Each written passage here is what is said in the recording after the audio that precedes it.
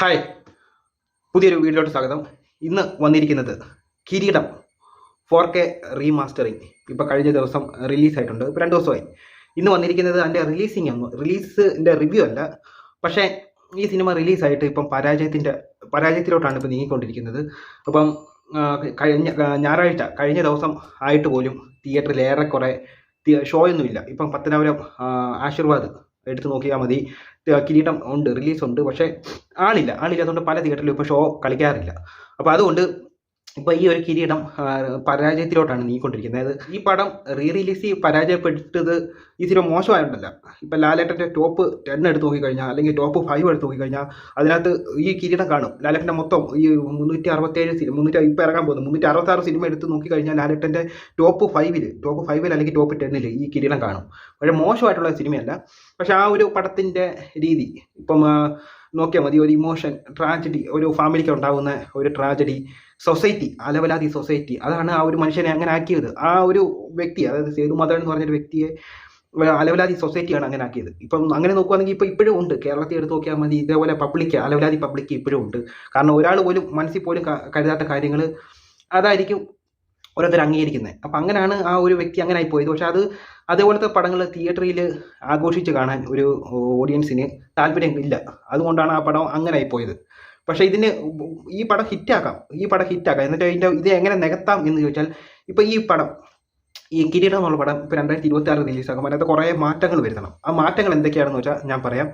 പിന്നെ അതിനു മുമ്പ് എൻ്റെ ഈ ചാനൽ ഒന്ന് സബ്സ്ക്രൈബ് ചെയ്യണം, ഒന്ന് സപ്പോർട്ട് ചെയ്യണം. അപ്പോൾ അതെന്തൊക്കെയാണെന്ന്, അപ്പോൾ ഈ കിരീടം എന്നുള്ളൊരു പടം ഇപ്പോൾ 2026 റിലീസായെന്ന് വിചാരിക്കുക.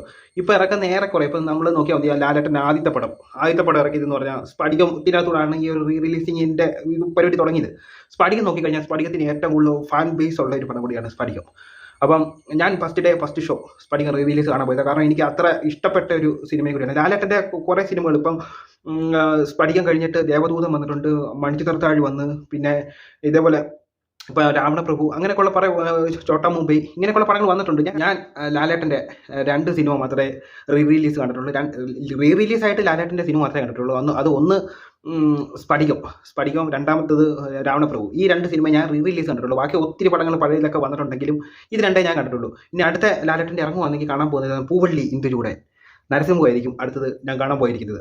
റിലീസ് ഇറക്കുവാണെങ്കിൽ അത് കാണാൻ ആഗ്രഹമുണ്ട്. കാരണം ഞാൻ കൊച്ചു പരുവത്തിൽ ഇറങ്ങിയ സിനിമയാണ്, അത് ഞാൻ തിയേറ്ററിൽ കണ്ടിട്ടില്ല. പക്ഷേ എനിക്ക് കാണണമെന്ന് ആഗ്രഹമുണ്ട്. അത് ദയവ് ചെയ്ത് ഇറക്കുമ്പം ആ കമ്പനി ഫൈറ്റ് ഉണ്ടല്ലോ, അത് ഒന്ന് വെട്ടിക്കളയാതെ ഫുള്ളൊന്ന് ഇറക്കണേ. അത് മാത്രം കാണാനായിരിക്കും ഞാൻ കയറുന്നത്. അതുകൊണ്ട് അതെങ്കിലും ഒന്ന് ഫുള്ള് കാണിക്കണേ. 6 മിനിറ്റോടെ കണ്ടിട്ടാണ് ഫൈറ്റ്. അതുപോലെ ഇനി കിരീടത്തിലോട്ട് വരുമ്പം ഇപ്പം റീമാസ്റ്ററിങ് 1989 ഇറങ്ങി ബ്ലോക്ക് ബസ്റ്റർ ഹിറ്റായ സിനിമയാണ് കിരീടം. അത് 2026 വരുമ്പോൾ അത് നേരിട്ട് അവിടുത്തെ ആ പ്രിൻ്റ് എടുത്ത് നേരിട്ട് അങ്ങ് 4K ആക്കി, അതിനകത്ത് ആവശ്യമില്ലാത്ത സീനൊക്കെ വെട്ടിക്കളഞ്ഞ് ആണ് ഇപ്പം 2026 റിലീസാക്കിയിരുന്നത്. ഇപ്പം ഞാൻ ചോദിക്കുന്നതെന്ന് പറഞ്ഞാൽ, ഈ പടം എനിക്ക് കിട്ടിയാൽ, ഞാനിപ്പോൾ ഇതിൻ്റെ ഡയറക്ടർ ആയിരുന്നെങ്കിൽ, ഇപ്പോൾ സിബി മലയിൽ ഡയറക്ടർ ചെയ്ത്, പക്ഷേ ഈ സിബി മലയിൽ ചെയ്യുന്ന സിനിമകളെല്ലാം എടുത്ത് നോക്കിയാൽ മതി. ഇപ്പം ഭരതൻ സ്ഫടികത്തിന് ചെയ്ത ആ ഡയറക്ടർ നോക്കിയാൽ മതി. ആ സ്ഫടികത്തിനകത്ത് കുറച്ച് ഭാഗങ്ങൾ ആഡ് ചെയ്തിട്ടുണ്ട്. കുറച്ച് സിനിമ എന്ന് വെച്ചാൽ ഇതിൻ്റെ ടൈറ്റിൽ കാണിക്കുന്ന കുറച്ച് മാറ്റിയിട്ടുണ്ട്. പിന്നെ അവസാനം കുറച്ച് സീനൊക്കെ ഇതിനകത്ത് പുതിയതായിട്ട് ഷൂട്ട് ചെയ്ത് കയറ്റിയിട്ടുണ്ട്. അപ്പോൾ അങ്ങനെയൊക്കെ ചെയ്യുമ്പോൾ ഇതിനകത്ത് കുറച്ചും കൂടി ഒരു പുതുമ കിട്ടും. അപ്പോൾ പുതിയ സെൻസറിങ് കൊടുത്ത് പുതിയൊരു സെൻസർ കോട്ടിന് സർട്ടിഫിക്കറ്റ് കിട്ടുമ്പോൾ അതിനൊരു പുതുമ കിട്ടും. ഈ കിരീടം അത് തന്നെ എടുത്ത് ഇങ്ങോട്ട് മാറ്റുമ്പം അതിനകത്ത് ഒരു പുതുമയില്ല. ഇപ്പം എൻ്റെ മനസ്സിലുള്ളൊരു ഐഡിയ ഞാൻ പറയാം. അപ്പോൾ കിരീടം ഇപ്പം 2026 മാറ്റുമ്പം ആദ്യം ചെയ്യേണ്ടതെന്ന് പറഞ്ഞാൽ, ഇപ്പം ഈ സ്റ്റോറി എല്ലാവർക്കും അറിയാവുന്ന സ്റ്റോറിയാണ്. കിരീടത്തിൻ്റെ സ്റ്റോറി എല്ലാവരും അറിയാവുന്ന ആ ഒരു സ്റ്റോറി ഒന്ന് ചെറുതായിട്ടൊന്ന് പൊളിക്കുന്ന പറഞ്ഞാൽ ഫുൾ അങ്ങ് പൊളിക്കുമല്ല, ആ ക്യാരക്ടറിനെ അങ്ങനെ തന്നെ നിർത്തിക്കൊണ്ട്, അതായത് സേതുമാധവൻ എന്ന് പറഞ്ഞ ക്യാരക്ടറിനെ അങ്ങനെ തന്നെ നിർത്തിക്കൊണ്ട്, ഇപ്പോൾ രാമപുരം എന്ന് പറയുന്ന സ്ഥലത്താണ് ഈ ഒരു കഥ കൂടുതൽ പുരോഗമിക്കുന്നത്. ഇപ്പോൾ 2 സ്ഥലം കാണിക്കുന്നുണ്ട്. ഒന്ന് ലാലേട്ടൻ്റെ നാടും കാണിക്കുന്നുണ്ട്, രാമപുരം. ഈ 2 സ്ഥലത്താണ് ഇതിൻ്റെ ലൊക്കേഷൻ പോകുന്നത്. ഇപ്പം രാമപുരം എന്ന് പറയുന്ന സ്ഥലത്തുനിന്ന് ഇപ്പം പുതിയതായിട്ട് വരുമ്പോൾ പുതിയൊരു പോലീസ് സ്റ്റേഷൻ, രാമപുരത്ത് ഒരു പുതിയ പോലീസ് സ്റ്റേഷൻ.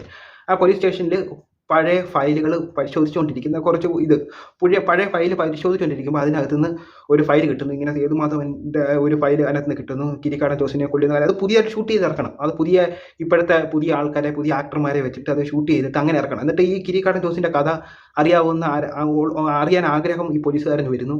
അങ്ങനെ ആ പോലീസുകാരൻ അത് അറിയാവുന്ന ഒരാളുടെ അടുത്ത് ചോദിക്കുന്നു. അങ്ങനെ അറിയാവുന്ന ആരെങ്കിലും അടുത്ത് ചോദിക്കുമ്പോൾ അതിപ്പം നമുക്ക് പഴയ ആൾക്കാരെ ഇതിനകത്തോട്ട് പ്ലേസ് ചെയ്താൽ നല്ലതായിരുന്നു. പക്ഷേ അങ്ങനെയൊക്കെ ഉള്ളവരൊക്കെ ഇപ്പം കിരീടത്തിൽ അഭിനയിച്ച പകുതിയും പേരിപ്പം ഇല്ല.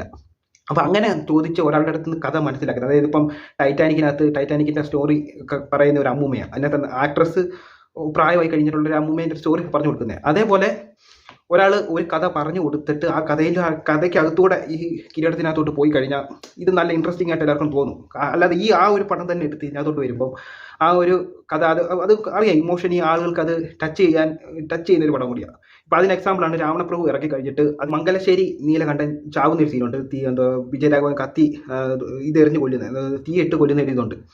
ആ സീനൊന്നും ആരും കണ്ടില്ല. ഞാൻ കാണാൻ പോയ സമയത്ത് അതിൻ്റെ മുന്നേ തന്നെ ആൾക്കാർ പകുതി ഇറങ്ങിപ്പോകാൻ തുടങ്ങി. കാരണം ആ സീനൊന്നും കാണാൻ ആളുകൾക്ക് താല്പര്യമില്ല.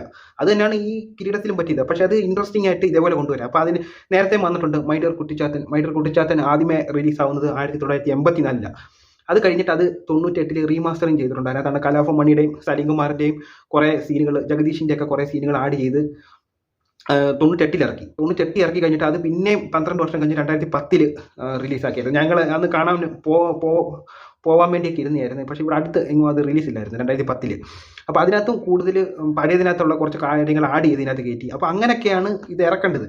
ഇപ്പോൾ ഈ ഒരു കിരീടം റിലീസ് ഫ്ലോപ്പ് ആവാനും പരാജയപ്പെടാൻ കാരണവും ഇങ്ങനെയൊക്കെയുള്ള കാര്യങ്ങളാണ്. ഇത് കുറച്ചും കൂടെ ഒന്ന് പൊളിച്ച് പുതിയ രീതിയിലൊക്കെ കൊണ്ടുവന്ന് പിന്നെ അവസാനം ഈ സിനിമയ്ക്കകത്ത് ഞാൻ പണ്ടും പറഞ്ഞിട്ടുണ്ട്, അവസാനം ഇതേപോലെ ഒരു മേക്കിംഗ് വീഡിയോ, അതായത് കിരീടത്തിൻ്റെ പഴയ മേക്കിംഗ് വീഡിയോ, ഏതെങ്കിലും ഫൈറ്റിൻ്റെ മേക്കിംഗ് വീഡിയോ, ഏറ്റവും കൂടുതൽ ആളുകൾക്ക് ടച്ച് ചെയ്യുന്ന കത്തി താഴെ ഇടുന്ന് പറയുന്നത്, അതിൻ്റെ ഒരു മേക്കിംഗ് വീഡിയോ, ഇതൊക്കെ എടുത്തിട്ട് അവസാനം കാണിച്ച് ഒന്ന് അവസാനം എൻഡ് ചെയ്യുവാണെങ്കിൽ ഇതിലും ആൾക്കാർക്ക് ആകാംക്ഷ കൂടുകയും ചെയ്യും, കാണാൻ കയറുകയും ചെയ്യും.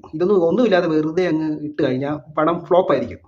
അപ്പോൾ അത് തന്നെയാണ് ഇനി റിലീസ് ആക്കിയാലും, ഇപ്പം നരസിംഹം റിലീസ് ആക്കിയാലും അതിൻ്റെ അവസാനം എന്തെങ്കിലും ഒന്ന് പ്രേക്ഷകർക്ക് ഇഷ്ടപ്പെടുന്ന രീതിയിൽ എന്തെങ്കിലും ഒന്നും കൂടെ പുതിയതായിട്ട് ഷൂട്ട് ചെയ്ത് എന്തെങ്കിലുമൊക്കെ കാണിക്കുവാണെങ്കിൽ അത് ആളുകൾക്ക് ഇൻട്രസ്റ്റിംഗ് ആവും. പിന്നെ എനിക്ക് പഴയ ആ കമ്പനി ഫൈറ്റ് ഉണ്ടല്ലോ നരസിംഹത്തിൽ, അതൊക്കെ ഒന്ന് മേക്കിംഗ് വീഡിയോ ഒക്കെ കാണിച്ച് ഒക്കെ ഇറക്കുവാണെങ്കിൽ അതൊക്കെ കിടലിനായിരിക്കും. അതൊന്നും ആളുകൾ കണ്ടിട്ടില്ല, അതൊക്കെ കാണുന്ന രീതിയിൽ ഇറക്കണം. അതാണ് ഈ കിരീടം പരാജയപ്പെടാൻ കാരണം.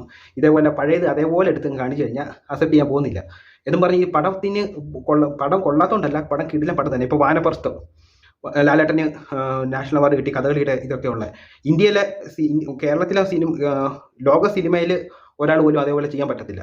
പക്ഷെ ആ പടം എടുത്ത് റിലീസ് ചെയ്ത് കഴിഞ്ഞാൽ ഹിറ്റാവത്തില്ല. അത് അതേപോലത്തെ ഒരു പടമാണ്. അതുപോലെ കിരീടം ലാലേട്ടൻ ചെയ്ത പോലെ പല ഭാഷയിൽ ഒത്തിരി പേര് ചെയ്ത്, അജിത്ത് ചെയ്തിട്ടുണ്ട്, ലാലേട്ടൻ്റെ 1% പോലും ആരും ചെയ്തിട്ടില്ല. അങ്ങനെയൊക്കെയുള്ള പടമാണ് കിരീടം. അതിനെ കൊണ്ടുവന്ന് ഇത് ഫ്ലോപ്പ് ആക്കുക എന്ന് പറഞ്ഞാൽ അത് വളരെ മോശമായിട്ടുള്ള കാര്യം തന്നെ. ഇറക്കുവാണെങ്കിൽ ഇതേപോലെ ഞാൻ പറഞ്ഞ പോലെ നല്ല രീതിയിൽ ഇറക്കണം, അല്ലെങ്കിൽ ഇതേപോലെ പരാജയപ്പെട്ടു പോകും പടം. ഇതാണ് എനിക്കൊന്ന് ഷെയർ ചെയ്യാനുള്ളത്. അപ്പോൾ ഇത്രയേ ഉള്ളൂ. അടുത്തൊരു വീഡിയോ വരുന്നവരെ ബൈ.